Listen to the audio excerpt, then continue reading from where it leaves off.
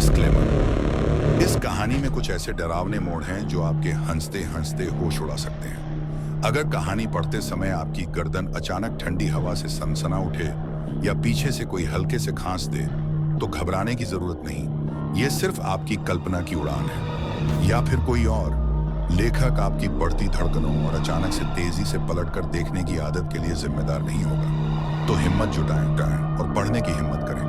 अगर आपके साथ भी कुछ भूतिया घटना हुई है तो हमें इंस्टाग्राम पर भेजें। यह कहानी एक छोटे से गांव की है जहां लोग मानते थे कि उनकी जमीन पर कुछ ऐसा है जो उन्हें कभी चैन से जीने नहीं देगा। यह गांव पहाड़ियों के बीच बसा था और चारों तरफ घने जंगलों से घिरा हुआ था। गांव का नाम था विषगांव और यहाँ के लोग बहुत अंधविश्वासी थे।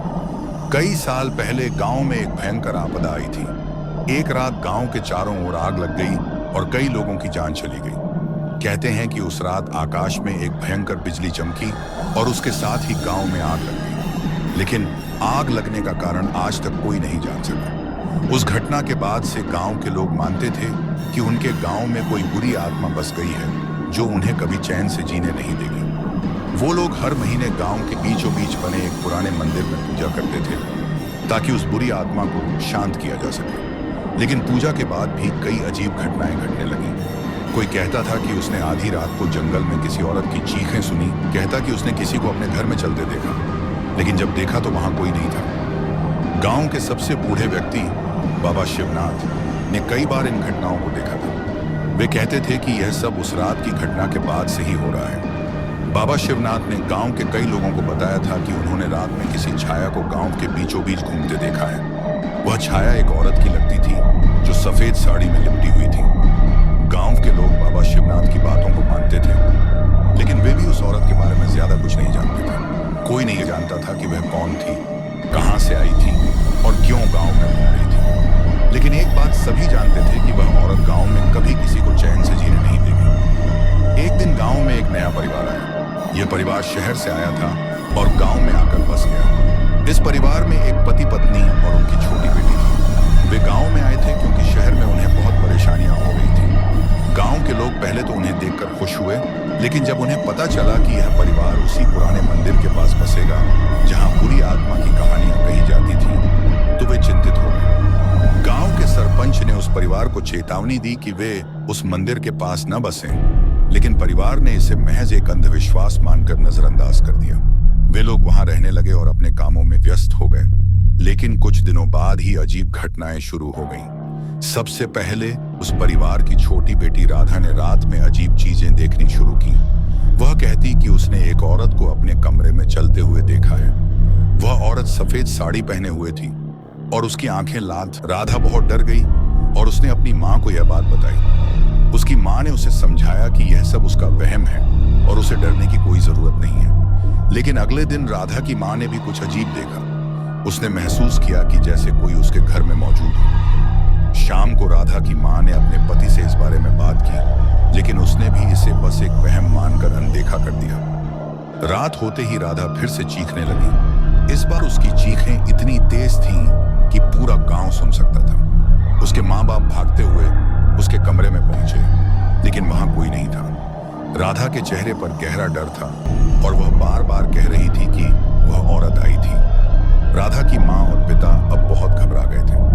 अगले दिन वे बाबा शिवनाथ के पास गए और उनसे इस समस्या का समाधान पूछने लगे। बाबा शिवनाथ ने उन्हें बताया कि जिस जगह वे रह रहे हैं वहां बहुत साल पहले एक औरत ने आत्महत्या की थी।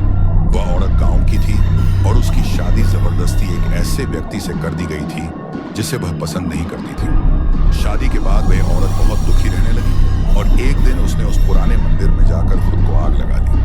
कहते हैं कि उसकी आत्मा वहीं पर बस गई, अब हर किसी को अपने दुहक का हिस्सा बना रही है। बाबा शिवनाथ ने उस परिवार को चेतावनी दी कि अगर उन्होंने जल्दी से जल्दी उस जगह को नहीं छोड़ा तो उनकी बेटी को उस आत्मा का शिकार होना पड़ेगा। परिवार ने बाबा की बातों को गंभीरता से लिया और गांव छोड़ने का फैसला किया। लेकिन इससे पहले कि वे गांव छोड़ पाते, एक रात कुछ ऐसा हुआ जिसने पूरे गांव को हिलाकर रख दिया। रात के समय जब सभी सो रहे थे, अचानक राधा की माँ की चीखें गूंजने लगी।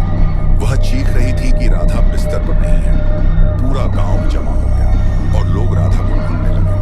कोई भी भी राधा को खोज नहीं पा रहा था। अचानक बाबा शिवनाथ ने कहा कि वह मंदिर के पास जा रहे हैं। गांव के लोग बाबा के साथ हो गए। जब वे मंदिर के पास पहुंचे तो देखा कि राधा वहीं खड़ी थी, लेकिन उसकी आंखें बंद थीं और वह कुछ बड़बड़ा रही थी। बाबा शिवनाथ ने उसे बुलाया, लेकिन वह कुछ भी नहीं बोल रही थी। तभी अचानक से राधा ने अपनी आंखें खोली और उसकी आंखें पूरी तरह लाल थीं। वह बोलने लगी, लेकिन उसकी आवाज बदल चुकी थी।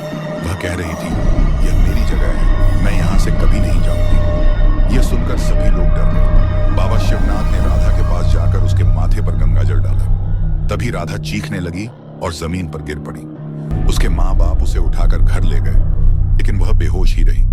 अगले दिन राधा को होश आया और उसने कहा कि उसे कुछ भी याद नहीं है। उस घटना के बाद राधा का परिवार जल्दी से जल्दी गांव छोड़कर शहर लौट गया।